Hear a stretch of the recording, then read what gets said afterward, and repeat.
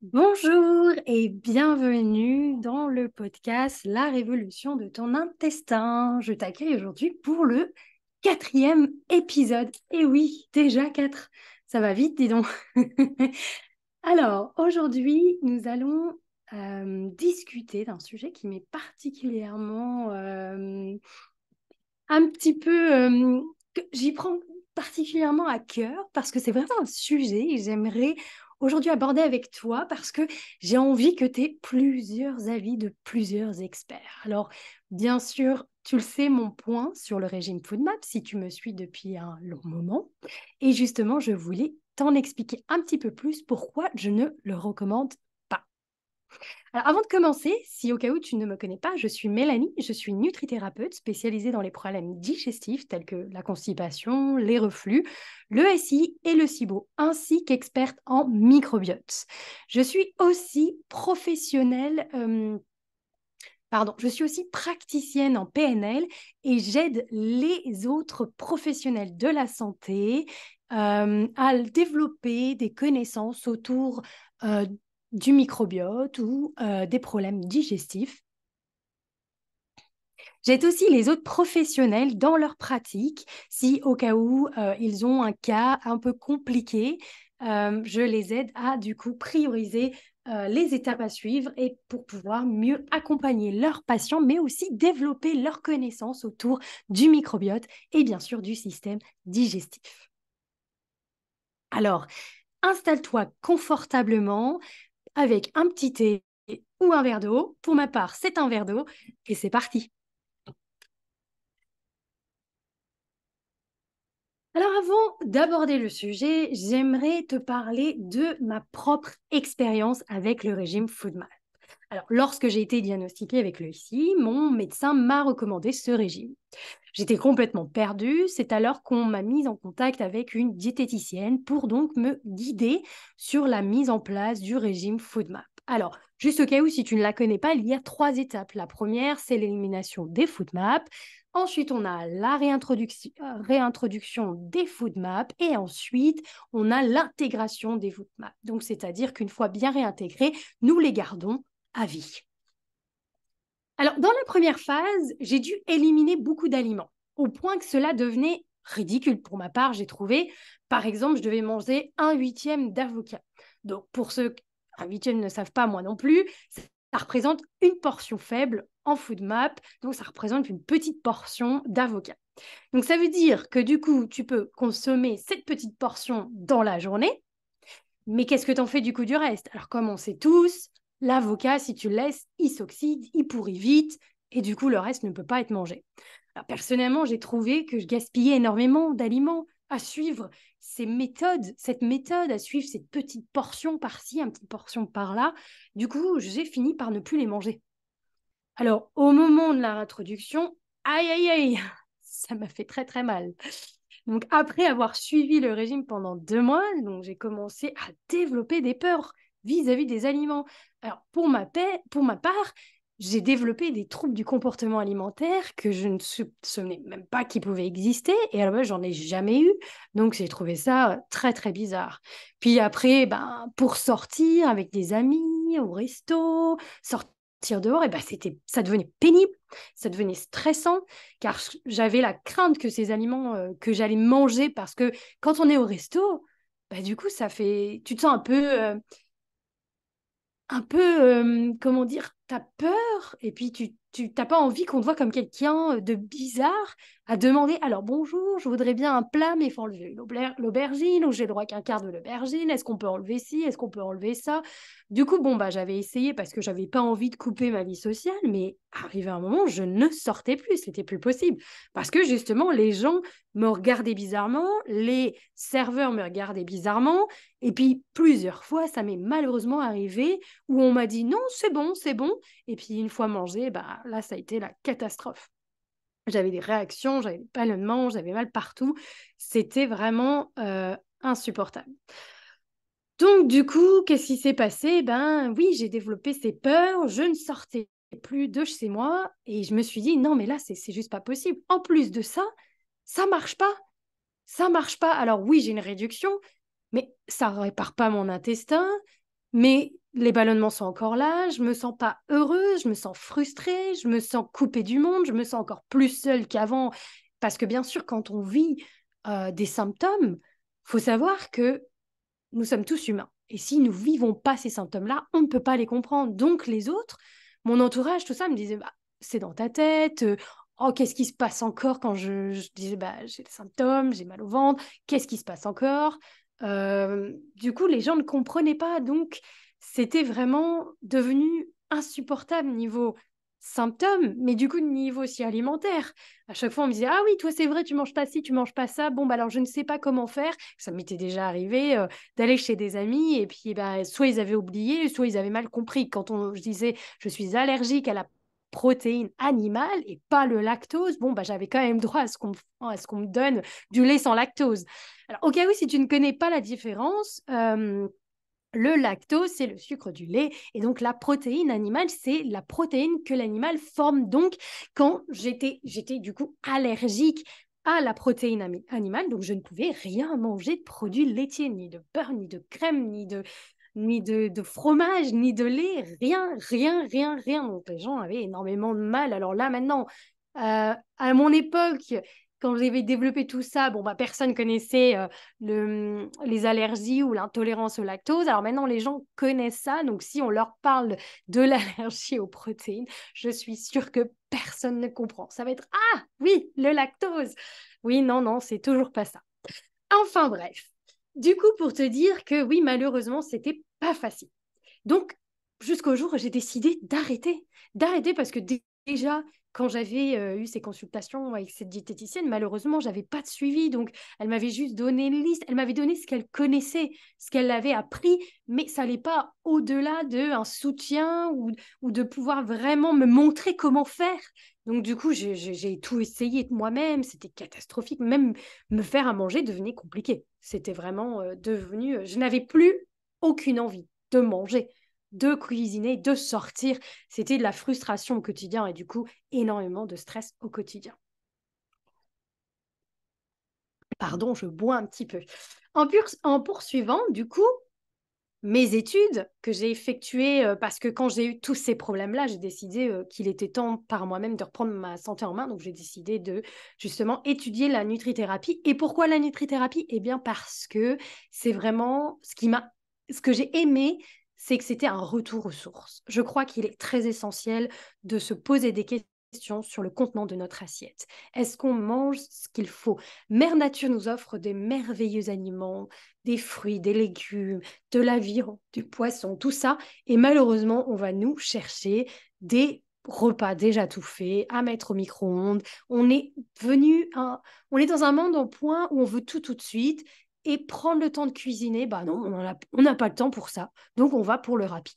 Et malheureusement, le rapide, c'est pas le meilleur, et puis c'est pas goûteux, puis c'est pas forcément génial parce que le corps n'est pas habitué à digérer ces aliments-là qui sont déjà tout préparés ou qui contiennent euh, des, euh, des ingrédients qui vont du coup faciliter déjà pardon, euh, qui contiennent des ingrédients qui ne sont pas faits pour notre corps, que nous ne pouvons pas les digérer.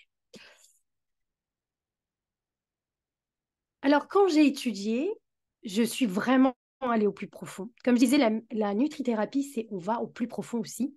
Alors, retour aux sources, mais on va au plus profond de corps. On prend tous les organes. Parce que quand on parle du SI, en général, on prend que l'intestin. Mais non, puisque on a besoin de notre estomac pour digérer, notre vésicule biliaire, on a besoin de notre pancréas, tout ça.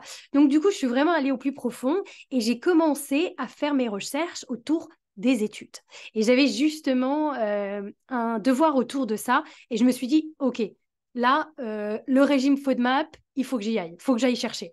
Parce que là, c'est pas possible. Personnellement, ça n'a pas marché pour moi, mais j'ai vraiment envie de voir ce que les études nous recommandent. Alors, c'est ici que je vais t'expliquer les raisons pour lesquelles je ne recommande pas du tout.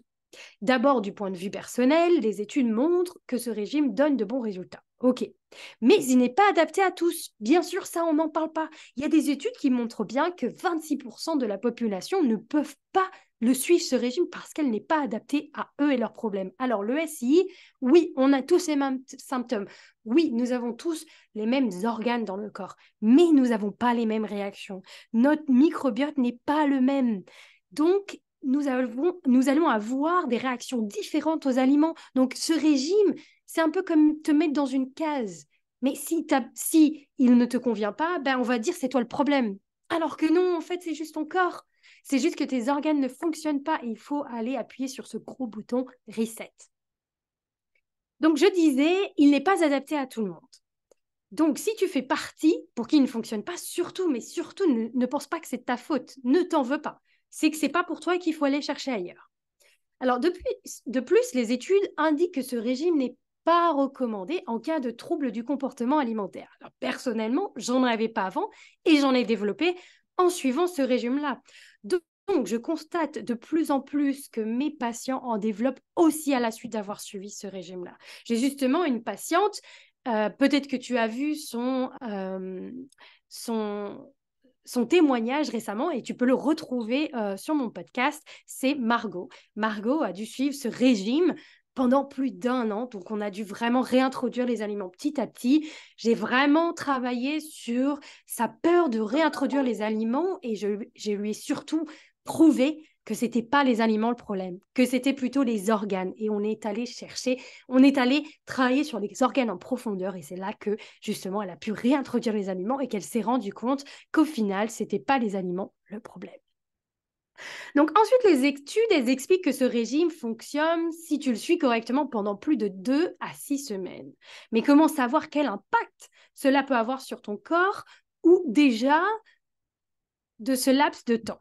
Alors, il est clairement mentionné que ce régime ne guérit pas ton ventre, mais il agit plutôt comme un pansement. Alors, 2 à 6 semaines, s'il fonctionne pour toi, ça va agir comme ce pansement. Tu vas te sentir mieux, tu vas dire, OK, c'est parti, on réintroduit tout, ça se passe bien, tout se passe bien.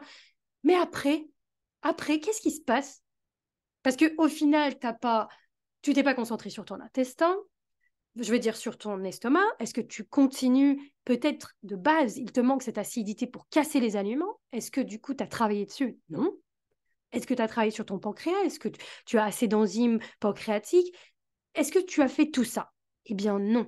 Eh bien non, on ne le fait pas. Parce qu'en suivant ce régime FoodMap, c'est comme un pansement. C'est juste, on va mettre ce pansement sur cette plaie, mais un jour, le pansement, il retombe. Et la plaie, elle sera toujours là. Donc, je répète et je répète et je répéterai toujours, ce ne sont pas les aliments à blâmer, mais c'est plutôt tes organes. Parce que comme je dis, si tu n'as pas assez d'acidité, si tu n'as pas ces enzymes pancréatiques, tu ne peux pas digérer. Donc, tu ne peux pas digérer les FoodMap. Il faut savoir aussi que, du coup, le microbiote, certaines bonnes bactéries sont faites pour casser justement ces sucres qui viennent du FoodMap. Et justement, si tu ne les as pas, tu ne peux pas non plus casser le FoodMap. Et c'est là que tu vas avoir des ballonnements, constipation et tout, du coup, les symptômes digestifs. Alors, les différentes étapes du régime FODMAP n'ont pas été étudiées pour la plupart. C'est ce que révèlent les études. Elles vont juste montrer soit la fin, soit le début, mais jamais pendant. Et elles vont pas forcément nous montrer les étapes où on ne va pas se concentrer quand on suit le régime sur les études, quand ils suivent sur le régime FoodMap, ils cherchent à avoir le résultat.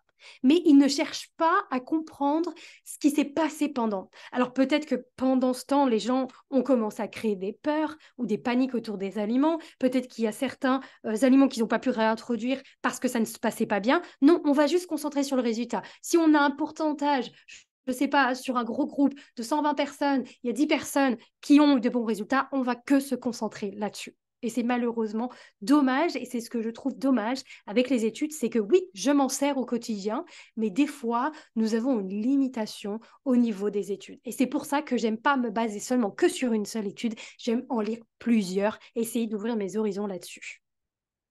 Alors, je parlais tout à l'heure du microbiote. Oui, les aliments FoodMap sont ceux qui nourrissent le microbiote. Que se passe-t-il quand tu ne nourris plus ton microbiote? Eh bien, les bonnes bactéries diminuent. Les études ont montré que suivre le régime FODMAP peut déséquilibrer ton microbiote, en particulier le bifidobacterium. Alors, pour ta connaissance, le bifidobacterium sont responsables de la digestion de fibres alimentaires, dont FoodMap, de la prévention des infections et de la production de vitamines et d'autres substances chimiques importantes, comme la sérotonine. Oui, le neurotransmetteur qu'on a besoin pour la joie. Donc, des niveaux bas de bifidobacterium sont associés à de nombreuses maladies. Et des suppléments de bifidobacterium pourraient aider à traiter les symptômes. Sont associés à de nombreuses maladies. Donc, les études ont montré que si tu suis un régime FODMAP, cela peut réduire ton bifidobacterium. Alors, moi, j'ai envie de me dire, mais si tu as un ICI de base, peut-être que ton bifidobacterium était déjà bas. Il y avait déjà un déséquilibre de tout ça. Et rajouter ce régime FODMAP, est-ce que ça aurait pu encore réduire encore plus le bifidobacterium? C'est potentiellement possible. Donc, s'il vous plaît, essayez de vous poser la question avant de commencer ce régime FODMAP. Est-ce que j'ai un CI parce que mes bonnes bactéries ne sont pas présentes? Alors, du coup, je me dis aussi, et j'ai trouvé des études qui ont montré que ce régime FODMAP peut aussi augmenter le niveau de Bifilo Wentworth. Alors, le Bifilo Wentworth, qu'est-ce que c'est?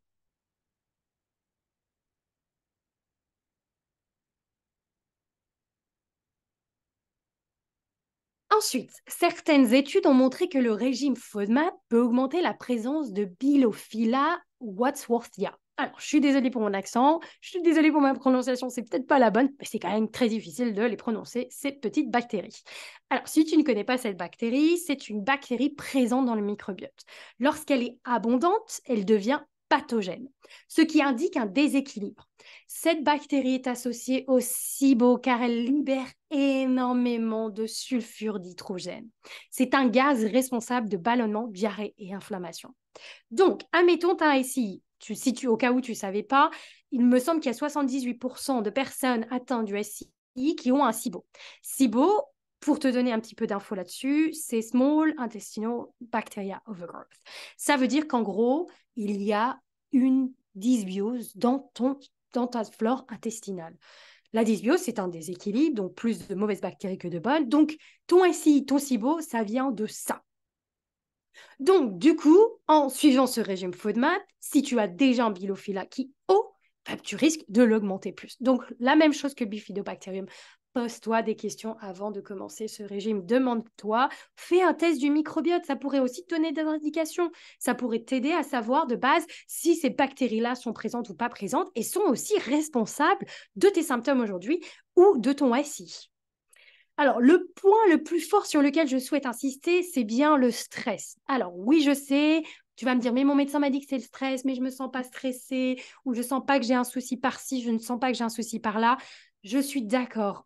Mais malheureusement, aujourd'hui, ou heureusement, pardon, il y a énormément d'études qui nous montrent que oui, le SI est avant tout un problème de communication entre le cerveau et l'intestin. Et cette communication, elle est perturbée. Donc oui, c'est pourquoi les études expliquent bien que le SI, c'est ce problème-là entre l'intestin et le cerveau, surtout pas parce que ton système nerveux est déséquilibré, donc ton nerf vague ne peut pas fonctionner, il ne peut pas communiquer entre tous les organes et cela va créer du coup tous tes problèmes digestifs. Alors ainsi, le régime FODMAP est aussi contraignant comme tout régime.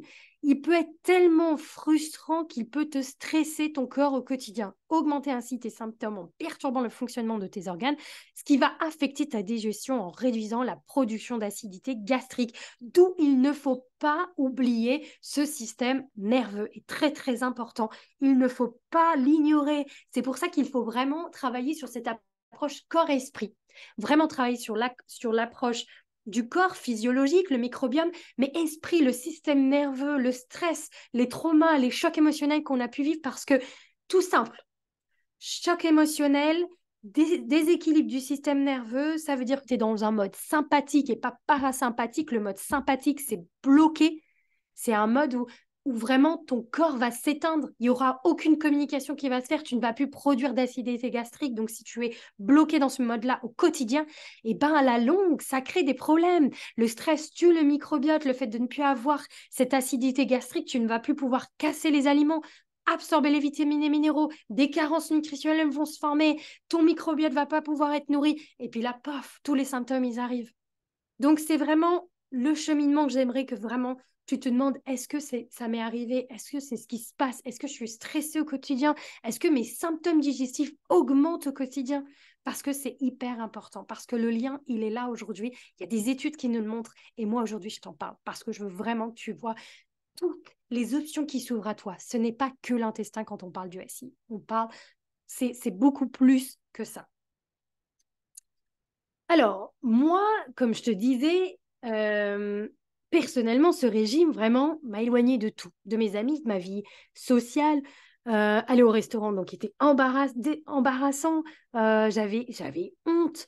C'était vraiment horrible. C'était vraiment horrible. Et c'est pour ça qu'aujourd'hui, j'ai envie de connaître toi, ton expérience à toi. N'hésite pas à poster sur ce podcast, à venir me parler sur Instagram, me dire toi ce que tu ressens aujourd'hui vis-à-vis de ce régime ou pas. Est-ce que tu l'as fait ou pas?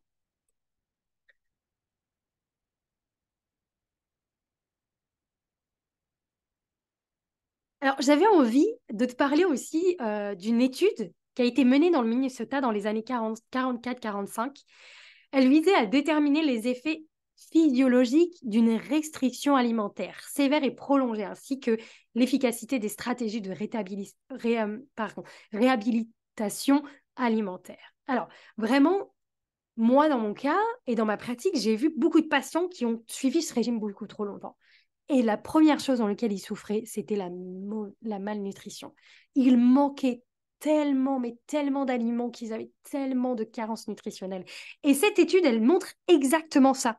La restriction alimentaire pousse les gens à mal manger, à ne pas manger assez, et cela cause des problèmes supplémentaires sur leur stress, sur leur comportement, et bien d'autres, et bien d'autres. Donc vraiment, je t'invite à aller voir cette étude, elle est incroyable, et c'est l'étude du Minnesota. Exactement.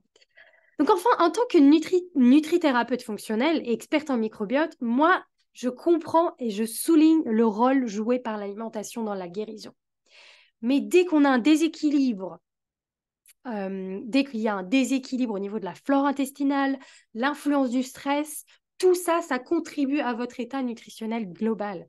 Ces éléments sont essentiels pour une santé digestive optimale. Et il existe beaucoup d'autres facteurs à prendre en considération, bien sûr, pour découvrir les causes profondes et guérir votre intestin de manière durable. Lorsque ton corps réagit aux aliments FODMAP, il te signale qu'il y a peut-être besoin d'aller chercher plus loin, d'aller travailler sur, du coup, ton estomac, ta vésicule biliaire, ton pancréas. Donc, moi, je t'invite vraiment, avant de suivre ce régime ou d'aller pour ce régime, pose-toi des questions. Est-ce que mon niveau de stress est-il hors de contrôle? Est-ce que je mange suffisamment? Est-ce que je mastique suffisamment? Est-ce que l'acidité de mon estomac est présente? Je t'invite vraiment à aller sur Instagram. J'ai fait un super post là-dessus. Tu as un test, c'est le test du bicarbonate que tu peux faire. Je remettrai le lien sous ce podcast et je t'invite vraiment à l'essayer. Est-ce que mes relations personnelles, professionnelles sont-elles saines? Parce que si tu es stressé au quotidien, par ton boulot, par ta vie familiale, forcément, ça va avoir aussi un impact sur tes problèmes digestifs. C'est d'où je te dis, la nutrithérapie, c'est vraiment voir l'ensemble. On ne parle pas que l'alimentation, on parle de l'hygiène de vie, la qualité de vie qu'on s'offre. Est-ce qu'on fait assez de sport? Est-ce qu'on dort bien? Est-ce que nos relations sont bonnes? Il y a justement cette manger en pleine conscience. C'est une technique que j'utilise beaucoup et que je conseille, et je te conseille ce soir, c'est vraiment prendre le temps de manger. Et j'ai lu quelque part, je ne sais plus si c'est une étude ou pas, j'avais lu que manger en face de quelqu'un qu'on déteste, ça perturbe notre digestion. T'imagines à quel point le corps y va? C'est fou, hein? Moi, je trouve ça incroyable. Et pour moi, ça a du sens. J'ai déjà mangé en face de gens que je détestais et je peux te dire que j'ai mangé très rapidement et qu'après, horrible. Ballonnement, constipation, reflux, tout ce qui allait avec. C'était incroyable. Donc, je veux finir ce podcast par te dire ton mode de vie, tes relations, ta manière de vivre, tout ça, et ben en fait, il faut y prendre soin. Car tout ça peut influencer ta santé intestinale globale. Et avant de commencer ce régime, pose-toi des questions. Parce que ce soir, je t'ai tout expliqué. Je t'ai expliqué mes points. Je t'ai montré ce que les études expliquent aussi. Et du coup, la prochaine fois que tu tombes sur quelqu'un qui le conseille, juste pose-toi des questions. Je suis pas là pour critiquer. Chacun choisit de croire en ce qu'il veut. Et c'est pour ça que je sais que tu m'écoutes ce soir, mais tu es sûrement en train de suivre quelqu'un d'autre qui va te dire l'inverse. Et moi, c'est pour ça que je te demande, pose-toi des questions avant tout. Suis ce qui te semble logique pour toi et ton corps. Alors, en ce moment, je ne sais pas si tu as vu sur mon Instagram, sur mon Facebook, un peu partout, j'en parle. Je lance enfin le programme La Révolution de ton intestin. Alors, c'est quoi ce programme? C'est 3 mois. Et ces 3 mois, ça va être quoi? On va se concentrer sur l'ensemble du corps. Alors, comme je t'ai expliqué en premier, l'alimentation, parce que pour moi, ça reste important, et une alimentation adaptée à toi et tes besoins est nécessaire. Et surtout, surtout, pas de restrictions. Pas de restrictions. Vraiment, c'est des choses, pour moi, ça amène plus de stress au corps que ça aide le corps. Deuxième mois, on va travailler sur toute ta digestion haute. Comme je disais, l'intestin est important, mais pas que. Ce n'est pas le seul responsable de ta digestion. On va aller travailler sur l'estomac, sur le foie, sur le pancréas, sur la vésicule biliaire. On va vraiment se donner des objectifs et on va mettre des choses en place qui vont permettre de soutenir tes organes au plus profond. Et troisièmement, on va travailler sur le microbiote. On va aller vraiment nourrir ces bonnes bactéries. Parce que quand j'entends le SIBO, c'est mauvais, c'est mal, il faut aller le tuer, bah moi je me dis, ok, tu le tues, il se passe quoi après? Parce que la base, le SIBO, il est là parce que tu n'as pas ces bonnes bactéries. Donc si on tue le SIBO, mais tu ne prends pas soin de tes bonnes bactéries, bah, le SIBO va revenir. Donc c'est pour ça qu'il faut se concentrer avant tout sur les bonnes bactéries. Et justement, je vais t'apprendre ça. Mon but dans ce programme, ce n'est pas que tu guérisses au bout de 3 mois parce que ça, c'est pas possible. Ça, c'est impossible. Moi, ça ne m'est pas arrivé. J'ai mis des années et je continue encore à travailler sur mon corps. Mais moi, ce que je vais partager avec toi, c'est mes techniques. Ce sont les choses que j'ai mis en place au quotidien pour m'aider à retrouver une santé, mais surtout une paix intérieure. Et ces habitudes, c'est pas juste 3 mois que tu vas les garder, mais on va les implanter, on va faire en sorte qu'elles soient là et qu'elles restent et que tu continues à les faire au quotidien pour justement changer et te permettre de réduire petit à petit ces symptômes, même à voir leur dire bye bye et qu'ils ne reviennent jamais. Donc, si tu veux plus d'infos, il y aura le lien en dessous de ce podcast, mais n'hésite pas aussi à venir me voir sur Instagram si tu veux bien sûr plus d'infos. Il n'y a une place que seulement pour 12 personnes parce que j'ai envie de garder ce groupe intime et j'ai envie vraiment qu'on puisse ne pas être trop pour justement que je puisse me concentrer sur toi aussi. C'est ça l'essentiel de ce groupe. Et j'ai peut-être oublié de te donner l'information la plus importante, c'est qu'il commence le 30. Et oui, il commence dans pas très longtemps. Donc du coup, si tu es intéressé, je t'invite à venir me parler ou cliquer sur le lien pour avoir plus d'informations. Sur ce, merci de m'avoir écouté. Je te souhaite une très belle soirée ou une belle journée, tout dépend à l'heure à laquelle tu m'écoutes. Et je te dis à très bientôt pour un prochain épisode.